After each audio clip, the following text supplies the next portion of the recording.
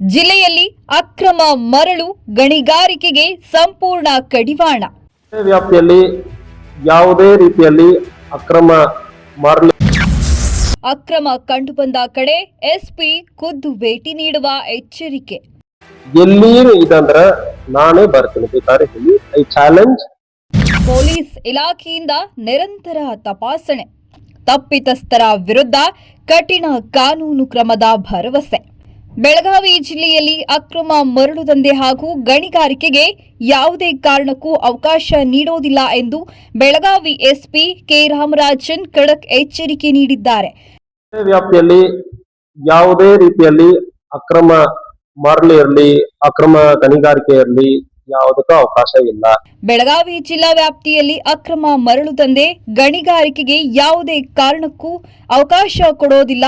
ಸಂಪೂರ್ಣವಾಗಿ ನಾವು ಚೆಕ್ ಮಾಡುತ್ತಿದ್ದೇವೆ. ಅಂತಹ ಅಕ್ರಮ ಮರಳುಗಾರಿಕೆ ಮತ್ತು ಗಣಿಗಾರಿಕೆ ಕಂಡು ಬಂದಲ್ಲಿ ಖುದ್ದಾಗಿ ನಾನೇ ಭೇಟಿ ನೀಡುತ್ತೇನೆ.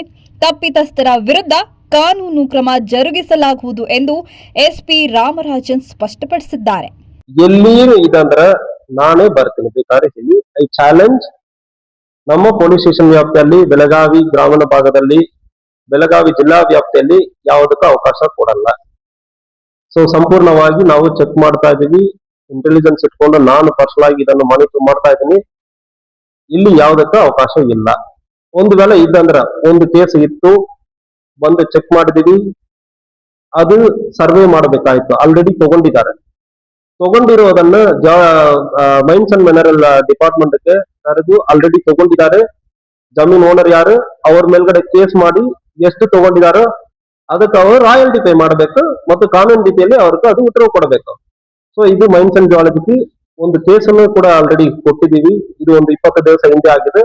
ಮುಂದಿನ ದಿವಸಗಳಲ್ಲಿ ಯಾವುದೇ ಆಗುತ್ತಂದ್ರೆ ನೀವು ಜಸ್ಟ್ ಅನಾನಿಮಸ್ ಆಗಿ ಈ ಗ್ರಾಮದಲ್ಲಿ ಇಲ್ಲಿ ಆಗುತ್ತಂದ್ರೆ ನಮ್ಗೆ ಒಂದೇ ಒಂದು ಮಾಹಿತಿ ಕಳಿಸಿ, ನಾನು ಪರ್ಸನಲಿ ಬಂದು ಚೆಕ್ ಮಾಡ್ತೀನಿ.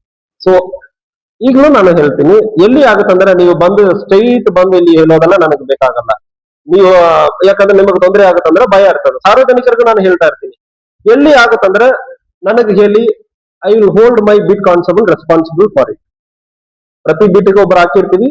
ಒಂದು ಹಳ್ಳಿಯಲ್ಲಿ ಅಕ್ರಮವಾಗಿ ಇಂಥ ಗಣಿಗಾರಿಕೆ ನಡೀತದೆ ಅಂದ್ರೆ ಅದಕ್ಕೆ ಬೀಟ್ ಕಾನ್ಸ್ಟೇಬಲ್ಸ್, ಸಬ್ ಇನ್ಸ್ಪೆಕ್ಟರ್ ಜವಾಬ್ದಾರಿ ಇರ್ತಾರೆ. ಕೇಸ್ ಮಾಡಬೇಕು. ಆಗಿಲ್ಲ ಅಂದ್ರೆ ಅವ್ರ ಮೇಲೆ ಕಾನೂನು ರೀತಿಯಲ್ಲಿ ಕ್ರಮ ಕೈಗೊಳ್ಳಿ.